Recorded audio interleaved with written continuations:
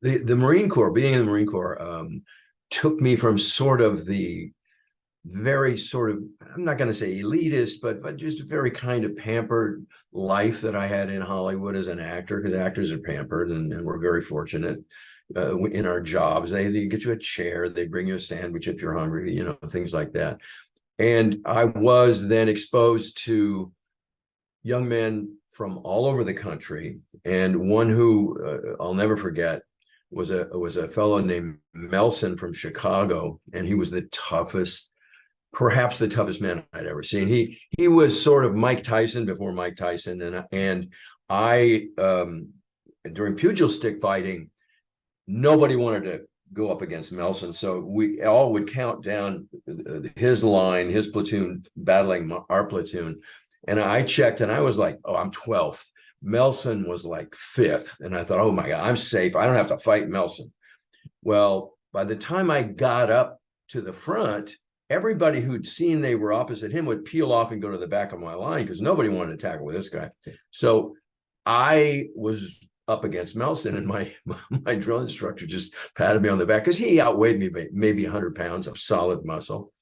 And I just thought, well, okay, I'm going to just give this my all. And I figured I'm going to get the first shot. I came out, I hit him as hard as I could hit a human being with the end of my pugil stick, like the butt of a rifle. He didn't even blink. But what he did do was throw down the pugil stick and dove on me. Now we have football helmets on, and he started pounding me like he'd probably do in real life. But I got a football helmet on, so this is not hurting me. Everybody's laughing so hard, and yet they're saying, "No, Melson, you got to use the pugil stick. They pull him off of me, and then back we go and complete our competition. I must say he probably hit me a little harder than I hit him. The worst experience I had in the Marine Corps, I think, of all time, was during qualifying for the as a sharpshooter, and with our rifles, and snapping in was the hardest, I don't know, 5-6 days of my life. I have never been in more extreme pain for extended periods of time. It was like being in a tough yoga class for a week that didn't stop, and lying on hard ground and getting in position, getting, elbowed or kicked by my drill instructor because I wasn't holding the position correctly long enough. But I do recall that being one of the hardest.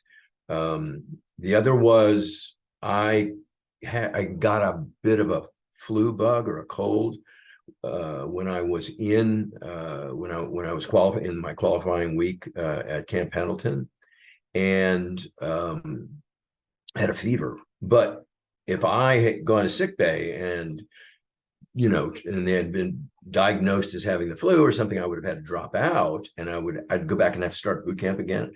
No way I'm doing this. I sweated through it. I didn't care how sick I was. I was going to get through every day and get my sharpshooter level of proficiency with the weapon, and I did, and I was fine. And again, that was sort of a test. Oh, I can do this. Even if I'm a little sick, I can get through this. Being a squad leader in boot camp taught me how to get the best out of my teammates and my squad mates, and if they needed help, I realized what I was there for, and that was my job, was to keep us together as a unit and to help anyone who needed some encouragement to get the job done. And that's sort of what I learned that helps me as a director, is that I don't care how the actors work. They're method actors, they're eccentric or whatever.